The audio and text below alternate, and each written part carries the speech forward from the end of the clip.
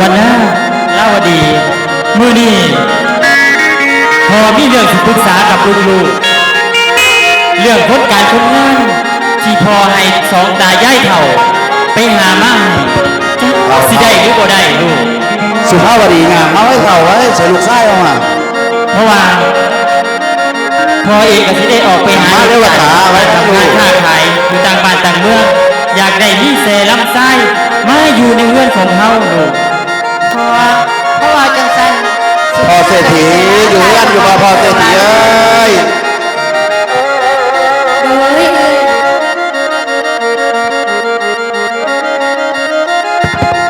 พอเศรษฐีเอ้ยอยู่เรือนอยู่พอเศรษฐีเฮ้ยคือไปจะยื่นแผลโน่ผมมาได้ยินเสียงมาแล้วตากับยายถ้าวันนี้ที่เดินอยู่นั่นไม่ใครเบิ้งงานตัวเบิ่งแล้วพอดีสิไปเบิ่งก่อนพอเอ้าพอจักผู้ใดเท่ามาสองคนนะพอน้องลาได้ผู้ใดได้น้องลามาสองคนน้องลาว่านั่นผู้หญิงกับผู้ชายได้เรื่อยคนเท่าเฮ้ยพ่อไปเบิ่งพ่อสั่นตะโพดหรอว่าเข่าเนาะไม่สองตายายนั่นบอกเข้ามาในเฮือนพี่โอ้ยสบายดีพอเศรษฐีมาเข่ามาสบายดีพอเศรษฐีสบายดีสองตายาย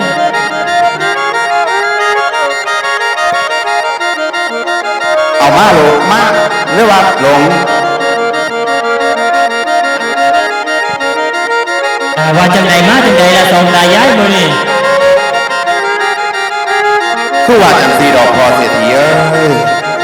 ปล่อยกับเมียพนิกาที่ได้หับคำสั่งจะไปหาคนลาคนต่าง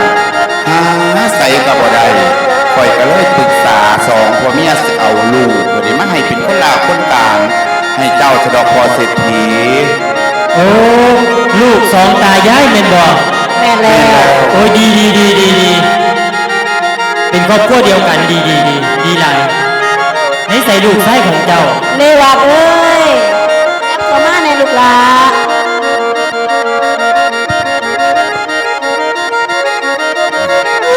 เข้าไปจะได้สิทานเข้าไปเหรอ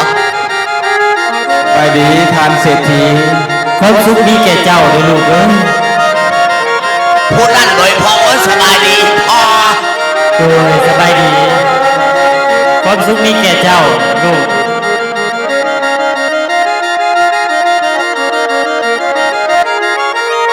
คือว่าจังสีดอกพ่อเศรษฐีกับเบิ้งพ่อเศรษฐีมันต้องสิดีใจหลายเนาะ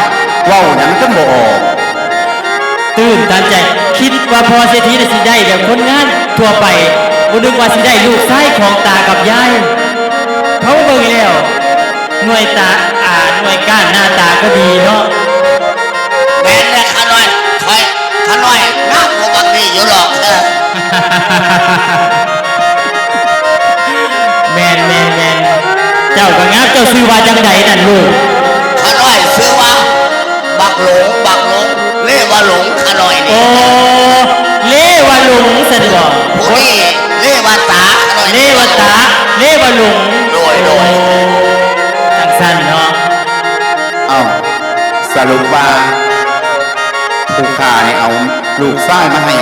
เป็นคนลาคนกาแล้วพอเศรษฐีกันหับเป็นบอหับไปแล้วเป็นแต่ที่บอหับลูกตากับยายยิ่งดีแล้วเป็นคนเงินเดียว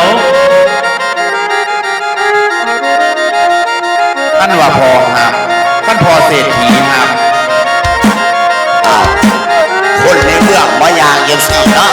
แม่นผู้ใดนี่พอเศรษฐีผู้นี้มาเป็นนี่ยังมีพอผู้นี้มาเป็นแม่ผู้ใดนี่สมรองเครื่องกินแพทย์ขาดมาจังสี่กันนิกาบ่มากเด้ออ้าวกานิกาทั้งพอว่าก่อนนะลูกอันนี้คนการคนงานที่ถูกตายายเพิ่นหามาให้ดิลูกฮะคนการคนงานแม่แล้วลูกพอเจ้าก็อยากสมัครคนกี่ทุกกันข้ามมาเห็นคนการคนงานเลยกันนิกาเป็นทางสร้างทีฮานี่ท่านว่าคนหันคนนี้ได้เขาสิมาเป็นคนการคนงานเฮาละเอื้อยผู้นี้ควายเนาะ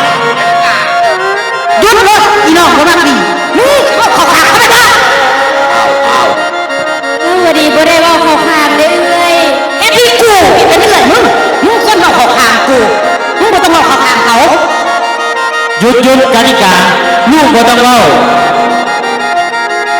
พอลบกับตากับยายสะกอนเรื่องผลงาน เจ้าบ่มีเรียกหยังเจ้าก็ไปยืนอยู่ตรงนั้นสะกอนเดี๋ยวพอเว้าเรียกเว้างานกับคนการคนงานสะกอนลูกเอ้ย ข้อยจะบ่อยากยืนใกล้เลยอีพ่อย่านติดแสบ สร้างว่า ตากับยายเจ้าอย่าถือซ่าลูกสาวคอยเด้อผู้นี้ก็เป็นอย่างซี่ล่ะ เสด็จพ่อลูกเขาว่าจังซี่ตระกูลเท่านั้นละลูกเงินคำบ่ได้อื่นพ่อแม่พานังกินข้าวมีแต่นังยองยอกมีแต่นังยองยอกคือบ่ตีนกอคือยอนเขาลงกินบนเทือนครับผมเหนียวหัวจืดเลยมันเป็นหนี มอบแต่ขี้เดือนที่ห้านี่ อย่าไปถือซ่าโตเล่บ่หลงอย่าไปถือซ่าดอกอย่าไปถือซ่าลูกสาวพ่อเด้อ ผู้นั้นก็ลูกสบพอ ลูกแล้วผู้นั้นน่ะ แน่คือว่าผู้วันคือผู้นี้แต่ผู้นั้นสบ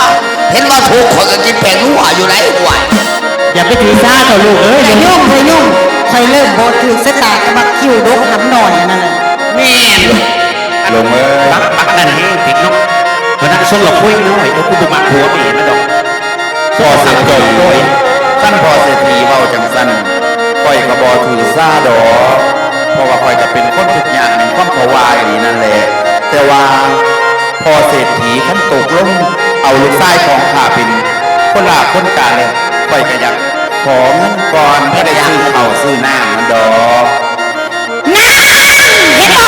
กันนี่กล่าวเลยพวกทุกข์กินน่ะขี้ทุกข์กันท่านเรียกว่ากันนะจะบ่เฮ็ดมาขอบอกกันล่วงหน้าเลย หยุดกานิกาลูกบ่ต้องเล่าเดี๋ยวพอสิเว้าเอง ลูกบ่มีหยังกลับไปหาเมียของเจ้าไปเดี๋ยวพอ โอ้ สิ ย เว้าเอง พ่อเจ้าบ่ต้องไล่ข่อยดอกข่อยบ่อยากอยู่นี่แล้วข่อยยังคนขี้ทุกข์กินน่ะมันตีดตนติดโตข่อยจังไดเรื่องนี้กันนี่กะบ่ยอมกันนี่กะไปฟ้องแม่ โอ้ยนี่ในหาเป็นจะสั่งที ไอ้ นี่ จ้าส่วนที่สิจ่าเราบ่เป็นเขาคางเขาสิจ่าเราตัวเอ้ย ตัวพญามือคือคน ที่เอา สี คน เขียว ที่มารับใจเอาคนจันทานอะไรเอ่ยมาถึง โอ้ย ที่มารับใจ ได้ดี เนาะ เนาะ ดูจนเอ้ยไปหาเขารวยมารับจ้างทำงานเอ้ยจะไปหาแต่เอาเขารวยมารับจ้างทำงานแล้วนั่นเอ้ย แม่แต่ว่าตากับยายนี่อยากได้เงินเท่าไหร่ อยากได้เท่าไหร่แล้วเรา เอาพ่อเข่าสอบหนึ่งกับพ่อละเข่าเอ้ย เข้าสอบเงิน โอ้ยเบาอีหยังน้อยแท้เอาเพื่อวันนั้นคอยซื้อสนิททองเอาอย่างยุ่งไว้อยู่ บ่ได้พอสิเอาเงินให้ยกลูกไปเอาเงินในตู้ให้พอไปจาก3 ล้านไปลูกไป เออว่าสันใช่แล้วใจดีอยู่ยี่พ่อนี่บัดนี้ห้าที่ลูกสาวเป็นคนสมบัติจะสร้าง ให้ตากับยายเพิ่นเมื่อซื้อข้าวซื้อน้ำใส่ใจในเฮือนเด้อตากับยาย เขาเพื่อนให้เขาตั้ง3 ล้านเขาขอซ้ำเข่าสอบก็ให้ตั้ง3 ล้านสมว่าเพื่อนเป็นพ่อเศรษฐีใจดีแต่เนาะตั้งสั้นพ่อเศรษฐีเอ้ยเงิน3 ล้านให้พ่อหักเงินเดือนลูกชายของขน้อยเด้อ บ่พอใหญ่เพราะว่าเงินนี่ให้ตากับยายกลับไปซื้อข้าวใส่ใจายภายในครอบครัวส่วนว่าเงินเดือนของเลวตาไม่จ่ายที่หลังบ่ให้หัก โอ้อันนี้พ่อให้ซื้อๆบอก แม่เร็วเร็วลูกพอให้ซื้อได้ลูก โอ้ยดีสาธุบรรลุสาวเที่ยวใจห้าลูกได้ยินบ่เพิ่นเบาเพิ่นเอาเงินให้พ่อตั้ง3 ล้านเพิ่นก็ให้ซื้อเพิ่นบ่ได้หักเงินดำเงินเดือนพออยู่ลูกอยู่เฮือนน้ำเพิ่นก็รู้จักเฮ็ดเวียกเฮ็ดงานทำความเพิ่นเด้อลูกหลาโดยเรื่องพ่อเรื่องนั้นอยู่แล้วสิเฮ็ดเวียกอยู่ ให้พอต้องเป็นห่วงเรวตา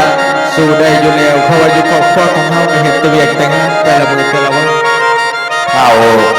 สั้นๆเจ้าบอกเจ้าสิบ่มีหยังเว้ากับลูกบ่ก่อนเมื่อนี่ก็เอา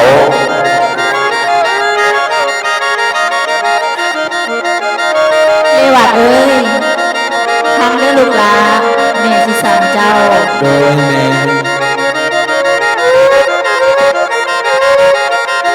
อันนี้ละลูกแม่เอ้ยจำได้บ่แม่บอกเจ้าเว้าก่อนตอนมาแม่สิลาขึ้นกลับไปดำหัวไว้เอียนเพิ่นเว้าหยังเจ้าอย่าเถียงกับสู่ฟังดูให้ละเอียดน่าอย่าเขียดร้อ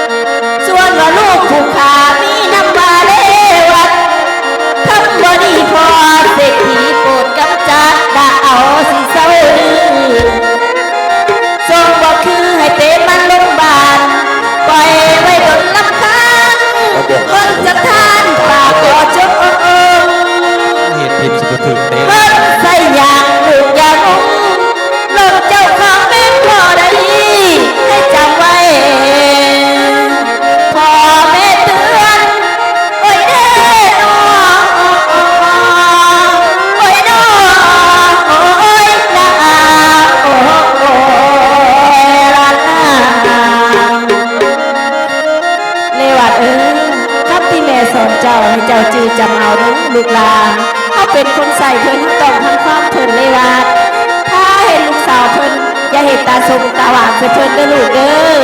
อ บ่เป็นหยังหรอกแม่เนาะบ่เป็นหยังบอกเขาบ่หารดอก เสด็จพ่อ ว่าเป็นหยังดอกแม่ อีน้องสิบ่ได้ผัวซะบ่ว่าสงสัยแหละแน่นอนแล้วบ่เหี่ยวบ่ฟูโลกปานนี้สังเกตเบิ่งที่ฮุบฮุบกับผู้อยู่สนมันน่ะ ท่านว่าจังสันมีกระดิ่งเงินเดือนท่านเลยแม่พอกับแม่สิกลับก่อนเด้อบักหลาถ้าสั้นขน้อยลาก็เด้อพอเศรษฐี ไปใส่พอเมื่อค่อยจูดอยู่แล้วมันแสดงฮอดแล้วพามันขับอุ้มแน่ทราบเมื่อสมบูรณ์ตายบ่ ไปคอยมาเลย เดินทางปลอดภัยเด้อตากับยายเด้อ ลูกแล้วเวียงแล้วงานลูกสิกลับเมื่อดอก ยับเข้ามายับเข้ามาเล่วันเล่หลงเอ็ดเข้ายับเข้ามายับเข้ามาหาพ่อก่อนไว้ลูกไว้ คันมีตีพอเข้าไปอยู่คันนี้คันลุยพอมันก็จะอยากหายโอ้ย อย่าไปถือซาตัวหลงลูกสาวของพ่อจะเป็นจังสั้นละ ชื่อว่าจะไหนพอผู้นั้นหัน ชื่อว่ากันดิกา โอ้กติกานี้เดสนาผู้นี้เนี่ยผู้นี้ดูสาวลาบ่เนี่ย อันนี้ผู้ลูกสาวลา โอ้สี เรวดี กติกาเรียกว่ายุ่ง นี่เรียกว่ายง เรียกว่ายุ่งโอ้สมควรอยู่เพราะว่ามันล่มใหญ่เรียกว่าล่มอะไรนามสกุลในหีตุง อันนี้ชื่อว่าวันหน้าลาวดี อันนี้น่ะยง โอ้วันหน้าเล่าดีกนิกานี่กันนิยงเนาะ โบเมกันนิกาผูกปากให้ให้ด้วยกันนิกา ท่านเลยจังว่า อันนั้น คนในเมืองสมัยยางขา คือ เขี ผู้ ย หน้าเลยเนาะผู้ทั้งขางพอเศรษฐีผู้ทั้งขางพอเศรษฐีนี่คือคุณวาซื้อลีลาวดีสันโดไว้ โอ้งาบีดีสบเว้าวันนี้พอกะเว้าเอาคนในเมืองสมัยยางขาเช่บัดว่ามันลดต่ำบ่ น้าก็เป็นจังซี่ล่ะหลง โอ้ย ซาถอดเด้อคือจังซี่ เดี๋ยวพอว่าก่อนสั่งมาโหลดคันสั่งมาโหลด เดี๋ยวพ่อเว่าก่อนลูก อันนี้เดี๋ยวสิแนะนำก่อนเด้อเด้บ่ดี อันนี้เด้บ่ตาเด้อลูกเด้อ อันนี้เด้บ่หลงนี่เป็นคนงานที่มาอยู่ในเรือนของเรานี่ล่ะ โหลดสลอยใช่ เป็นลูกตากับยาย และบ้านนี้พอสิสั่งเพราะว่าพ่อน่ะสิไปแล้ว เรื่องคนงานก็หาวนอยู่บนเศร้าให้กินเสากินน้ำจัดการเรื่องกินเสากินน้ำก่อนเด้อลูกเด้อ โดยพ่อ เพราะว่าพ่อกับสิได้ไปค้าขายต่างบ้านต่างเมืองบ่ได้มาอันนี้พ่อก็มอบให้ลาวดี กับเอื้อยเพิ่นดูแลมื้อนี้บ่ต้องเฮ็ดเวียกเฮ็ดงานหยังดอก ไปหาค้าหาขายบ่ โดย ค่อยไปค่อยมาเด้อพ่อเด้อ ไป อย่าอยากไว้แล้วอยากน้ำปักตีน บ่เป็นอย่างโยงเอ้ยสั้นพ่อสิไปก่อนนะลูกเด้ออันเรื่องคนงานเนี่ยพ่อก็สิมอบให้ลูกและจัดการ โดยพ่อ มื้อนี้บ่ต้องเฮ็ดเวียกดอกพักผ่อนหาที่อยู่ที่นอนหาข้าวหาน้ำให้ลงกับเดวตะกินก่อน เดี๋ยวพ่อสิไปก่อนเด้อ โดยพ่อ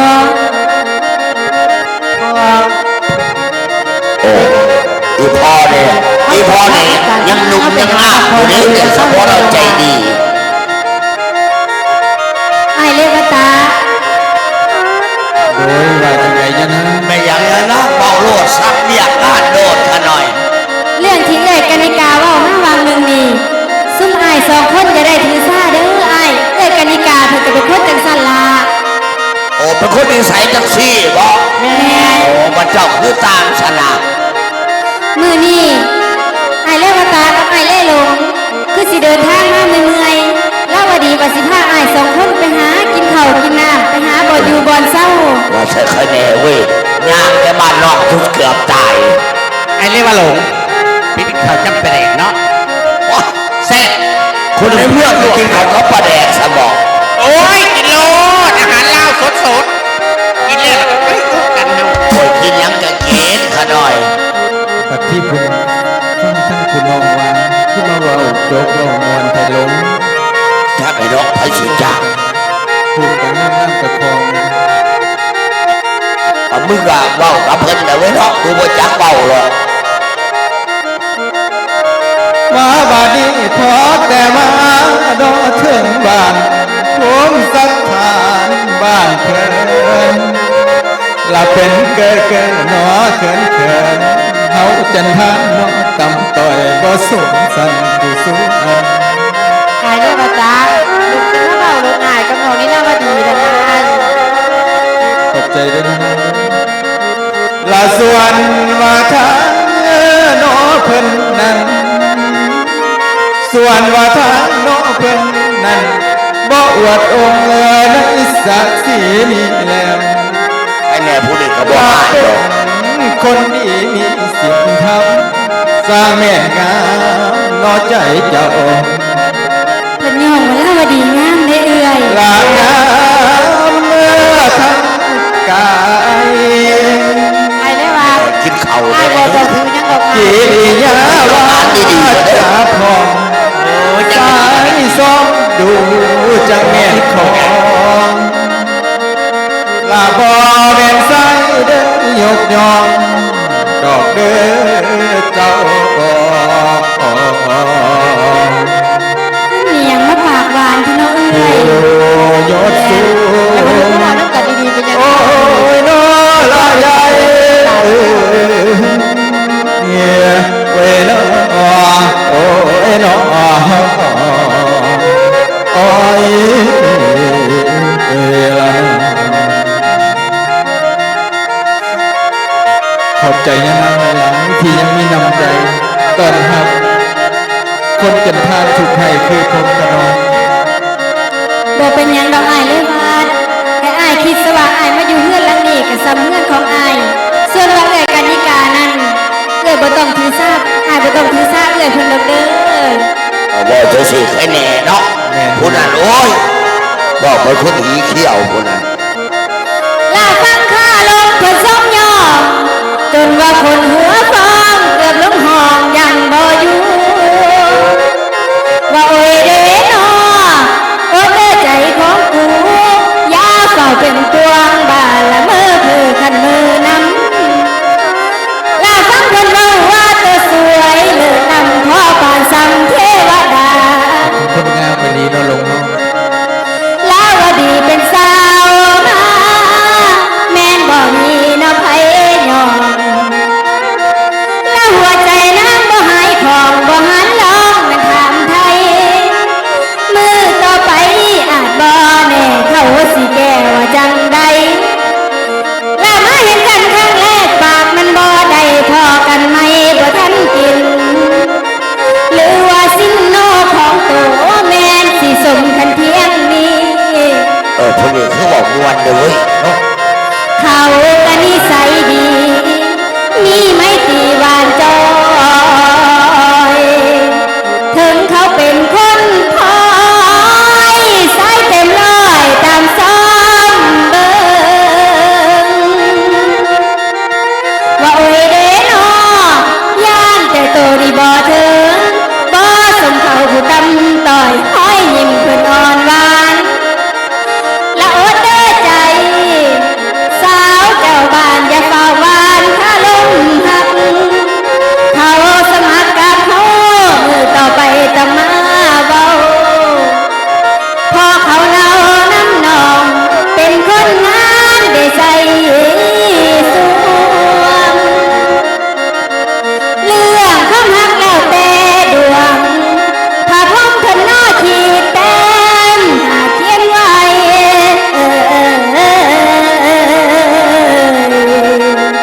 แต่สวรรค์เพิ่นเขียนไว้แต่สวรรค์โอ้ยเด้นอโอ้ยนอโอ้ยนะเอ้ยละนามื้อนี้อ้ายสองคนก็คือสิเดินทางมาเมื่อยถ้าสั่นตอนนี้ก็สวยแล้ว ไปอ้ายไปหาบ่อนอยู่บ่อนเช้าหากินข้าวกินน้ำซะก่อน ว่าใส่ไอ้แน่เนาะ อะไรว่าหลงเจ้าบ่หิวเข่าวบ่ โอ้ยยางพัฒนานอกก็หิวเข่าเลย แม่ เนาะ นบอกหิวแห้งบอก โอ้ยข่อยสิพาจะไปกินโลดโบยากโบอึดโบอยากของผมกินอีล่าพาไอ้ายขอพักผ่อนเนาะไปหาอยู่คน ไป เดียว อ้ายไปหาเขาวพักผ่อนมาพี่อ้ายมาพี่ลงมาทางนี้ ไปดอกไปหาพ่อกัน ไปหาทางไหนเพื่อนหัวกันไปทางนี้บ่ มาไอ้ได้วัดกายได้ลง ถ้าเราไปพักผ่อน โอ้ยมันจะเดือดไม่อยากห่วยท่านขอไรกับผู้นี้ปันผีเตะใส่คนนี้นี่ ถ้ามันได้คอยจะดีพระกายและเจ้าผู้หัวเจ้าสูง ผมจะเน้นจังหวะดีฮะ สิ่งถูกแนว มันมีแต่แนวยังไงบอก คือนี่เด้อยกแขงยกขากระเตะนังหอลูกล่อเขาเมืองมีคมเอิด โชคให้คน ไปกันหิวเขา ข้าคนไหนอีหามเสว่าคอยเขาบนตู้คนบนนี้ไม่อยากโอ้ยจับมือแรกชักก่อนจะปล่อยวางปล่อยเบา ไปกินข้าว โอ้ยขันดูออกมากขอยานนะพอกับแม่ขอยานขึ้นนกขี่ทีอยู่ดูสิอะไรขั้นใดเข้ามาคือโอ้ยดูบาดเลย แม่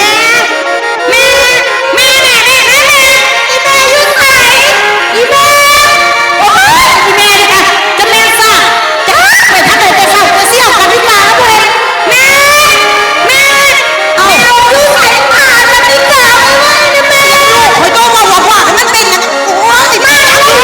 กันดีกว่าบ่ยอมกันดีกว่าบ่ยอมแม่มันเป็นหยังบัดนี้มันก็เป็นจังซี่บัดนี้เฮ้ยมันเว้าหยังบ่ยอมพี่หยังเดียวเนี่ยแม่หากันดีกว่าบ่ยอมกันดีกว่าบ่ยอมแม่เป็นหยังบ่ยอมแล้วโอ้ยลูกน้ำตัวดีของเจ้าไงแม่กันดีกว่าบ่ยอมจะเผาพี่จะเผาดาบมึงสอบมึงจะไหลกันดีกว่าเลยใจแม่มึงอย่าเฮ็ดจังซี่มันคือขี้ควายโกงโลดมันดีอยู่เนี่ยเฮ็ดกำน้ำคือแม่เนี่ยเป็นกำน้ำมาแม่คุยกันกาเหลือใจแม่เอ้ยลูกสาวหลานเจ้าน่ะไปเข้าข้างคนที่ทุกข์กันท่านมันเฮ็ดตาสมตาหวานกันแบบนี้เอามาบอกไปนั่งลงหันใจสักคนมึงก็ได้อีหลีแม่อันเว้าไปให้กายเห็นสองตลาดบ้านเศรษฐีอันบนนั้นคือเป็นเจดีย์บ่งคักที่สุดเอาว่าให้แม่ฟังไหมเว้าแต่ต้นมันก่อน ฟังเด้อแม่กนิกาสิบอกแม่ฟังอันนี้ละแม่เอ้ยแม่และอยากให้ฟังมันเบาคนงานเฮาเป็นตานายแม่เอ้ยเป็นหยังมันเล่าเราดิแม่มันเฮ็ดตาเสียกตาล่นใส่กนิกาเฮ้ยบักเปียหมาตื่นมันเฮ็ดค่ะกนิกาสั่งเอาไปแม่สิพันละมันเถียงลูกออกจนหายอันตรายซ้อมเบิ่งแล้ว อย่างนี้แปลวขึ้นความเพื่อน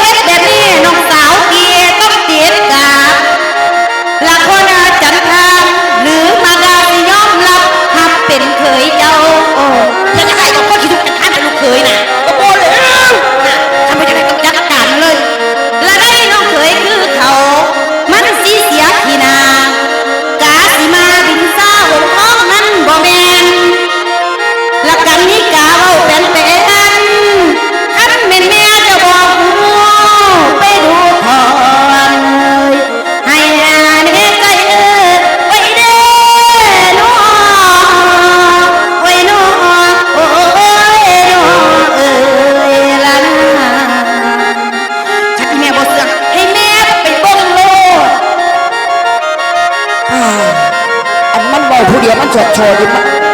ทั้งความขังเดียวมันสิเป็นบ่อีรออีแม่ก็คือแต่มึงก็จะคือมันว่าอยู่นี่เนาะบ่มักก็ได้อยู่แล้วคนทุกให้จันทาน